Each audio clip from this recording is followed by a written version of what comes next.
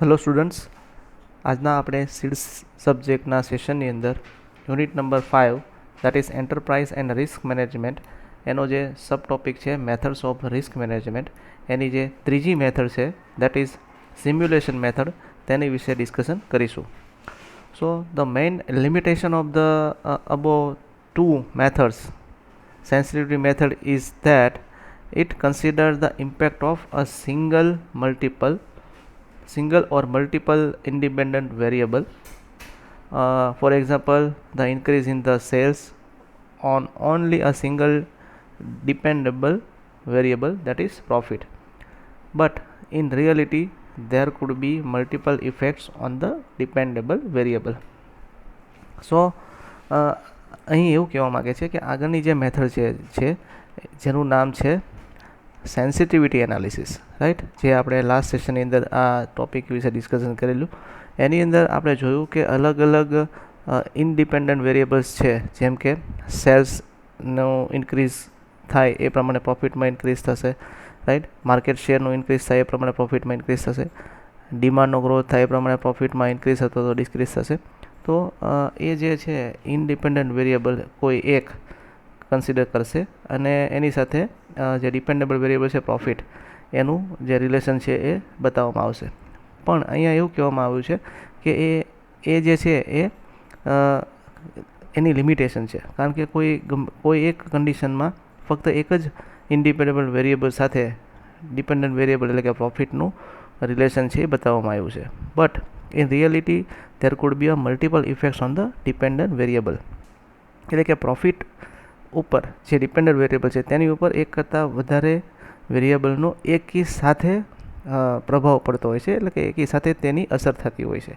So moreover the independent multiple variables may also affect each other before they create an impact on the dependable variable. એટલે કે પ્રોફિટને જે અસર કરતા independent variable છે એ એકી સાથે જે છે એ એના આઉટપુટ ઉપર એટલે કે પ્રોફિટ ઉપર અસર કરતા હોય છે, રાઈટ.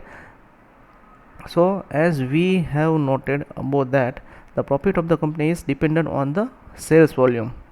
તો આપણે એવું ધારી લઈએ કે સેલ્સ વોલ્યુમ જેમ વધે એમ પ્રોફિટ વધે છે, એવું આપણે ધારેલું છે. But in reality the profit of the company is dependent on not only on the sales volume but it is also on profit margin. એટલે કે માર્જિન શું છે? Positive difference between sales and cost to sell, right. Then ability to use the operating assets effectively through increasing assets turnover, right. Then financial structure of the company. તો આ બધા જ જે પરિબળો છે તેની ઉપર જે છે એ પ્રોફિટનો આધાર રહેલો હોય છે. ફક્ત ને ફક્ત સેલ્સ વધારવાથી પ્રોફિટ છે એ ડાયરેક્ટ વધશે એવું આપણે કહી શકાય નહીં, બરાબર. તો એ બહુ કોમ્પ્લેક્સ એનાલિસિસ બની જશે, રાઈટ. તો એને આપણે થોડા ઘણા અંશે થોડું સેટ કરવું પડે. So moreover the manipulation of above factors may not bring chance to short term profits but also on the long term brand image of the company. એટલે જે સેન્સિટિવિટી એનાલિસિસ જે છે, રાઈટ, એ કેવું છે? શોર્ટ ટર્મ એનાલિસિસ છે, right. પણ કંપનીની brand બનાવવી હોય તો long term analysis, long term forecast પણ એટલું જ જરૂરી છે. તો એના માટે જે છે આ simulation method છે it is used. So under such situation sensitivity analysis method does not prove as an effective method of risk management, right. તો એટલા માટે સેન્સિટિવિટી એનાલિસિસ છે એ એની લિમિટેશન છે કે લોંગ ટર્મ જે રિસ્ક મેનેજમેન્ટ કરવાનું હોય એની ઉપર એ ખાસ પ્રભાવ પાડી શકાતો નથી એ મેથડ દ્વારા. So use of simulation method is a workable solution for such a situation. તો એના માટે જે છે એક ત્રીજી મેથડ છે દેટ ઇઝ સિમ્યુલેશન મેથડ. એના દ્વારા રિસ્ક મેનેજમેન્ટ છે એ બેટર વેથી કરી શકાય છે. So the simulation method first identifies the relevant independent variables, for example growth in demand, market share of the company, the profit margin etcetera. એટલે independent variable જે છે એને આઈડેન્ટિફાઈ કરે છે ઇન કેસ ઓફ સિમ્યુલેશન મેથડની અંદર. And then it also consider the inter-variable effect of such independent variables on each other on the selective basis. એટલે સાથે સાથે જે સિમ્યુલેશન મેથડ છે એની અંદર જે આ વેરિયેબલ્સ જે છે એની એકબીજા ઉપર કેવી અસર પડશે એનું પણ કન્સિડરેશન છે એ સિમ્યુલેશન મેથડમાં કરવામાં આવે છે. For example, market share can be increase through price reduction strategy by decreasing the profit margin.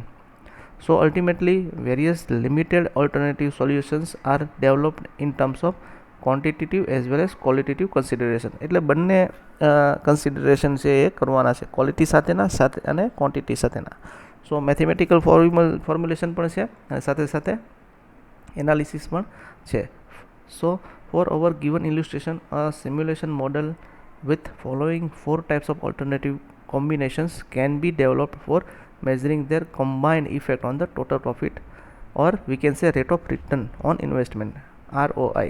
તો અહીં એક એક્ઝામ્પલની અંદર છે 4 અલગ અલગ ઇન્ડિપેન્ડન્ટ વેરિયેબલ્સ છે, ઓલ્ટરનેટિવ્સ જે છે એ કન્સિડર કરેલા છે અને એની અંદર જે 3 ઇન્ડિપેન્ડન્ટ વેરિયેબલ છે that is growth in demand, companies market share અને પ્રોફિટ માર્જિન. તો આ 3 ઇન્ડિપેન્ડન્ટ વેરિયેબલ છે એની 4 અલગ અલગ ઓલ્ટરનેટિવ્સ, 4 અલગ અલગ સંભાવના જે છે એ ચકાસવામાં આવી છે અને એ સંભાવનાથી અલ્ટિમેટ જે રેટ ઓફ રિટર્ન છે એમાં કેટલો ફરક પડશે, રાઈટ, એ ચેક કરવામાં આવે છે. ફોર એક્ઝામ્પલ, ઓલ્ટરનેટિવ એ જે છે એની અંદર ગ્રોથ ઇન ડિમાન્ડ છે તો એવું ફોરકાસ્ટ કરવામાં આવે છે કે 5% થશે, રાઈટ. કંપનીઝ માર્કેટ શેર છે એ એની પોસિબિલિટી 10% છે અને પ્રોફિટ માર્જિન છે એ 12% રાખેલો છે. તો આ ત્રણેય ઇન્ડિપેન્ડન્ટ વેરિયેબલનો જે પહેલો ઓલ્ટરનેટિવ એ બનશે એની અંદર એવું નક્કી થાય છે કે આ કન્ડિશન સાથે ઓલ્ટરનેટિવ એથી 40,000 રેટ ઓફ રિટર્ન મળશે, એટલે કે પ્રોફિટ જે છે 20% થશે એવું પ્રિડિક્શન છે. હવે બી ઓલ્ટરનેટિવ છે એની અંદર ગ્રોથ ડિમાન્ડ છે એ 5%થી વધીને 8% થાય છે, કંપની માર્કેટ શેરની વેલ્યુ 10%થી 11% થાય છે અને પ્રોફિટ માર્જિન છે એ 12%થી 15% થાય છે. તો જે એની જે અસર જે છે એ તમે જોશો કે રેટ ઓફ રિટર્ન જે છે એ ઘટે છે, રાઈટ, 19% થાય છે, એટલે કે 38,000 રૂપિયા પ્રોફિટ થાય છે. સી ઓલ્ટરનેટિવની અંદર જોશો તો ગ્રોથ ડિમાન્ડ છે એ 2% વધે છે, કંપની માર્કેટ શેર છે એ 5% વધે છે અને પ્રોફિટ માર્જિન છે એ 13% વધે છે. તો આ કન્ડિશનથી ઓલ્ટરનેટિવ સીની અંદર જે પ્રોફિટ થશે એ 32,000નો થશે. દેટ મીન્સ સપોઝ 16%નો રેટ ઓફ રિટર્ન મળે છે. અને ડી ઓલ્ટરનેટિવ્સની અંદર આપણે જોઈએ તો ગ્રોથ ડિમાન્ડ છે એ 10% વધે છે, કંપનીઝ માર્કેટ શેર છે એ 18% વધે છે, પ્રોફિટ માર્જિન છે એ 10% વધે છે. તો એની અંદર આપણે જોઈએ છીએ કે જે રેટ ઓફ રિટર્ન મળે છે એ 48,000 રૂપિયા, 48,000 રૂપીસ મળે છે, and that is highest and we can say 24%. તો it can be observed that from among the above mentioned 4 alternatives, D alternatives appears to be more beneficial, so preferably it should be followed. તો અહીંયા તમે આ analysis ઉપરથી એવું કહી શકીએ કે ડી ઓલ્ટરનેટિવ છે એમાં સૌથી વધારે રેટ ઓફ રિટર્ન મળે છે. તો એ પ્રિડિક્શનને આપણે ફોલો કરવું જોઈએ. Now it should be noted that or above solution is conformed to the development of the only 4 alternatives. અહીંયા ફક્ત 4 alternatives જ વિચારેલા છે, રાઈટ. મેની મોર સચ alternatives can be developed. આ રીતે આપણે 4 કરતાં વધારે પણ ડેવલપ કરી શકીએ. But as more and more alternatives are developed, the calculations and the information processing cost is also increase. તમે 4 વિચારી શકો, 4 કરતાં વધારે પણ 10 પણ વિચારી શકો, પણ એ જે એનાલિસિસ ઓલ્ટરનેટિવ વિચારશું, આપણે એનાલિસિસ કરશું તો એની પાછળ ખર્ચો પણ થશે, right. So ideally few limited alternatives are developed. એટલા માટે જ જે બેસ્ટ પોસિબલ ઓલ્ટરનેટિવ્સ હશે એને જ આપણે કન્સિડર કરશું. As such analysis in amenable for computer applications, the use of integer programming can help in developing more alternatives at low information process cost. એટલે આ જે સિમ્યુલેશન મેથડ છે એની અંદર આપણે કમ્પ્યુટર પ્રોગ્રામિંગ દ્વારા, કમ્પ્યુટર એપ્લિકેશન દ્વારા simulation કરીને આપણે જે છે એ પ્રિડિક્શન કરી શકીએ. સો એ ઓબ્વિયસલી જે સિમ્યુલેશન કરવાનું છે, રાઈટ, એ કમ્પ્યુટર એપ્લિકેશન થ્રુ જ કરવાનું છે. તો કોમ્પ્યુટર એપ્લિકેશનનો ઉપયોગ કરીને આપણે એની કોસ્ટ જે છે એ બને એટલી ઘટાડી શકીએ. સો the independent variables are controllable and uncontrollable in nature, and the intervariable impact on each other is not amenable to be defined clearly. એટલે જે ઇન્ડિપેન્ડન્ટ વેરિયેબલની વાત કરીએ, આ બધા છે ગ્રોથ, ડિમાન્ડ છે, કંપનીમાં શેર છે, પ્રોફિટ માર્જિન છે, એ એકબીજા સાથે સંકળાયેલા હોય છે, એટલા માટે એ કંટ્રોલમાં હોય પણ ખરા અને we can not control that parameter also. તો જે એની ઇમ્પેક્ટ હશે, રાઈટ, એ ક્લિયરલી આપણે જે છે એ પ્રિડિક્ટ કરી શકીએ નહીં, એક્ઝેક્ટલી પ્રિડિક્ટ ના કરી શકીએ ક્યારે પણ. So the management's, for example, the management's decision to increase the plant capacity is a demand is not controllable, right? So the qualitative consideration of the uncontrollable independent variables are made on the random basis using the random numbers. So આ random numbers જે છે, it is also one kind of method to predict the situation, right? Now in simulation method, it involves the development of models to resolve the uncertainties involved in the real life business problem. તો એક model તૈયાર કરવાનું છે, that is called mathematical model, right. તો એ situation base એ mathematical model કમ્પ્યુટરમાં develop કરીને we can predict the real life business problem. So it is basically a quantitative techniques used for developing the alternative courses of action translated into the model. So it is a mathematical model, right? અને એ જે છે એ તમારા કોર્સમાં means છે નહીં અત્યારે, પણ એની જે બેઝિક ઇન્ફોર્મેશન જે છે એ આ સિમ્યુલેશન મેથડમાં કન્સિડર કરેલી છે. From among the defined limited alternatives, આપણે જે 4 ઓલ્ટરનેટિવ્સ જે છે એ કન્સિડર કર્યા, the most suitable alternative course of action suiting to the fundamental objective of decision D, right. એટલે આ એ 4 પેરામીટરથી આપણે જે સિમ્યુલેશન કરશું એમાંથી ડી ઓલ્ટરનેટિવ જે છે એના રિઝલ્ટ છે સૌથી સારા છે. સો based on that analysis we can go for the alternative D.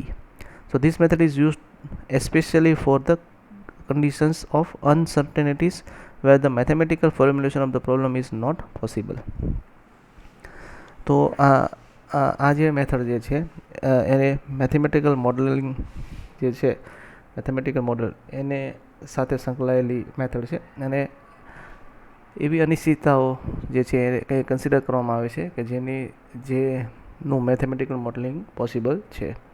The simulation technique is used by representing the reality through a model which will act like or simulate a real life situation.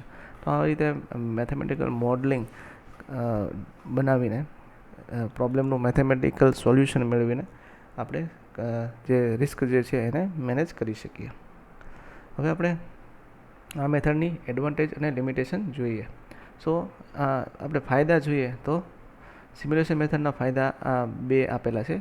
So here it considers alternative policies simultaneously, એટલે ઘણા બધા ઓલ્ટરનેટિવ્સ છે એક સાથે consider કરી શકાય છે. જે આપણે 4 ઓલ્ટરનેટિવ્સ જોઈએ એવા આપણે 4 કરતાં વધારે પણ આપણે કન્સિડર કરીને એનું સિચ્યુએશનની જે સિચ્યુએશન જે છે એને પ્રિડિક્ટ કરી શકીએ. This it handles large number of inter related variables in a consistent but still in adjustable manner. તો એક સાથે ઘણા બધા વેરિયેબલને કન્સિડર કરીને આપણે એનું એનાલિસિસ કરી શકીએ. Such process enables the consistent evaluation of alternative policies. તો આ રીતે ઓલ્ટરનેટિવ પોલિસીસ બનાવીને આપણે મેથેમેટિકલ મોડલિંગ દ્વારા કન્ડિશનને પ્રિડિક્ટ કરી શકીએ. Then second one is this method involves the continuous comparisons of the theoretical values obtained from the simulation model and their comparison with the actual events generated deviations. એટલે આપણે જે mathematical modelling બનાવશું કોમ્પ્યુટરની અંદર અને જે result મળશે એ રિઝલ્ટને આપણે continuously actual જે રિઝલ્ટ મળે છે એની સાથે કમ્પેર કરી શકીએ છીએ. સો અને જે એમાં જે ભેદભાવ અથવા તો એમાં જે ડિફરન્સ આવે છે એને આપણે મોડિફાઈ કરીને we can predict betterly for the next period of time. અને આવતા વર્ષ માટે આપણે એ જે ડિફરન્સ છે એને કન્સિડર કરીને, એ જે ડેવિએશન જે છે એને કન્સિડર કરીને બેટર વેમાં પ્લાનિંગ કરી શકીએ. So this is the advantage of this method. Now limitation એટલે કે એના ગેરફાયદા શું છે આ મેથડના? As it considers a large number of variables and some of them are interrelated, it increases the complexities in arriving an appropriate solution to a problem under study. એટલે આમાં ઘણા બધા વેરિયેબલ એકસાથે કન્સિડર કરીએ અને વળી પાછા એ બધા વેરિયેબલ એકબીજા ઉપર અસર કરતા હોય તો જે કન્ફ્યુઝન જે ક્રિએટ થાય છે, રાઈટ, એ કોમ્પ્લેક્સ હોય છે, તો એને એક્ઝેક્ટ આપણે જે છે નાબૂદ કરી શકીએ નહીં. So this is the limitation. And second one is, it is sometimes beyond the reach of the executives and decision makers to understand the impact of variables on the decisions and also understand the interrelative nature of the intended variables. So such a situation distorts an effective and useful simulation model building. તો ઘણી વખત જે real પ્રેક્ટિસની અંદર જે decision લેવાનું જે થશે અને આ જે અલગ અલગ વેરિયેબલની એકબીજા ઉપર અસરને કારણે જે મેથેમેટિકલ મોડલિંગ બનશે, તો એ મોડલિંગ જે છે એ મેથેમેટિકલ મોડલ છે એ કદાચ ડિસિઝન લેવામાં જે છે એ એકદમ ખરું ઉતરે નહીં, એવું બની શકે. So this is the limitation of this method. So that's all for this session. Thank you very much to watch this video.